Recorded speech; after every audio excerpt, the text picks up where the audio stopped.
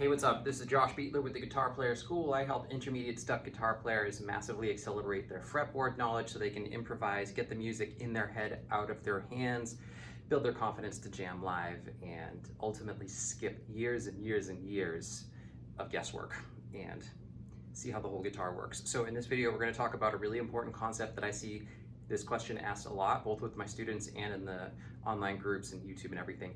So the concept is what I call layers of one. Now, what do I mean by like that?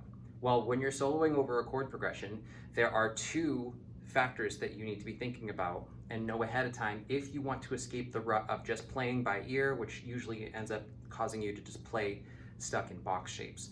And this is what I mean by layer of one. There is the one of the chord progression. All right. Let's define chord progression.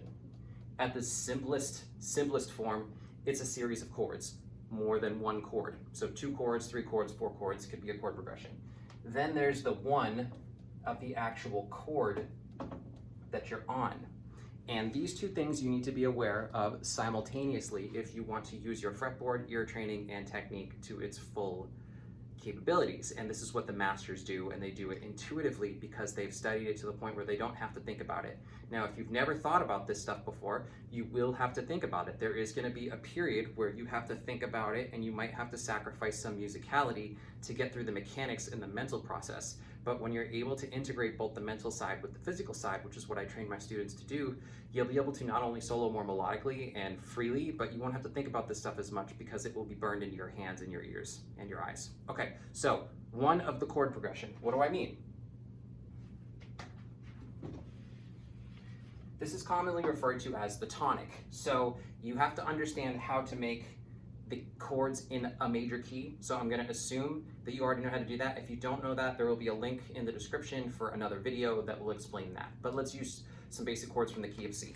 Okay, so I've got C, I've got F, and I've got G. Simplest chord progression we could start with the 1, 4, 5. And if you're trying to understand harmony and chord progressions, this is where you want to start. It's the basis of most music that we've ever heard in our entire lives. Okay, the 1, 4, and 5. So we have the 1 chord, the 4 chord, and the 5 chord. And typically we use Roman numerals, 1, 4, and 5. These are the chords derived from the key of C major. So in this instance, the key of C, the C is the 1. What does that mean? It means that these chords, the 4 and the 5, are being gravitationally, they're being pulled back to the 1 chord. That's what the 1 is. It's home, it's magnets, it's gravity. That's where all the weight is. All the chords are trying to get back to C. That's the tonic, or the 1 of the chord progression. Now, what about when we're on the C chord? Well, now looking at it at a smaller level, on a chord by chord basis, the 1 in the C, on the C chord is the C note. The 1 on the F chord is the F note, and the 1 on the G chord is the G note. Now, why does this matter? Well, when you're trying to understand modes and why certain notes sound good on one chord and why they don't sound good on other chords, it's because of the 1 is a moving target when you're thinking chord to chord. So if I take the notes from the key of C major, all right, I'm going to number these 1 through 7. Because that's the major scale. So if I'm playing over the C major scale and I play an E note, in relationship to the C note, it's going to be a 3. So it's going to sound like this. Oh, I unplugged the piano.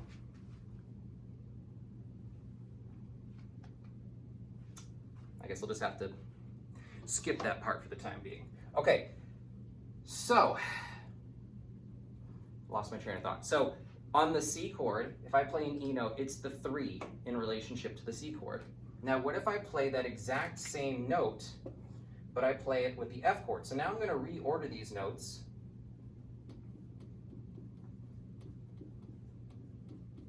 Okay, and without getting into the music theory stuff behind it, I know there's going to be an error on here, but just to keep it simple for people that don't understand modes, I'm going to do the same thing and just number F. I'm going to give F the number 1. And then I'll just write 2, 3, 4, 5, 6, and 7. I know there's some modal errors on here for those of you guys, but for people that don't understand modes, let's just keep it simple. So if I play that exact same E note on an F chord, it's no longer the 3, is it? It's the 7. So it's going to have a very different emotion on the F chord than it did on the E chord. All right, and then let's do the same thing for G. So I'll just write out the notes from the key of C with G at the front. Okay, same thing, just to keep it simple, I'm just going to number these 1 through 7. Okay, and now that same E note is now the 6. So that E note will feel very different over these 3 chords. And this is where you get into situations where people are like, how come when I go up and down scales, it just sounds like I'm going up and down scales? It's because your ear isn't recognizing that while the C might be the 1 chord in the chord progression, when we changed chords, there became a new 1 for that moment in time. And while this F chord wants to get back to the C chord, when we're on the F chord, these notes are being pulled towards the F note. And this is why it's 10 times more important in the beginning when you want to learn scales to understand chord progressions, okay? Because each chord progression is made up of arpeggios or chords, and each chord can be thought of as a mini scale because this C chord is made up of a C, E, and G note. So you could think about it like this. On the C chord, this is the mini scale that works best for the C chord. And then on the F chord, the 1, 3, and 5, this is the mini chord or arpeggio that would work best on the F chord, so on and so forth. So there's the layers of 1. There's the 1 of the chord progression, and then there's the 1 of the chord that you're on. And the best improvisers and soloists and music people are able to use this stuff. Number 1, they can hear it. Number 2, they can find it on the fretboard. And number 3, they understand the music theory concept behind it.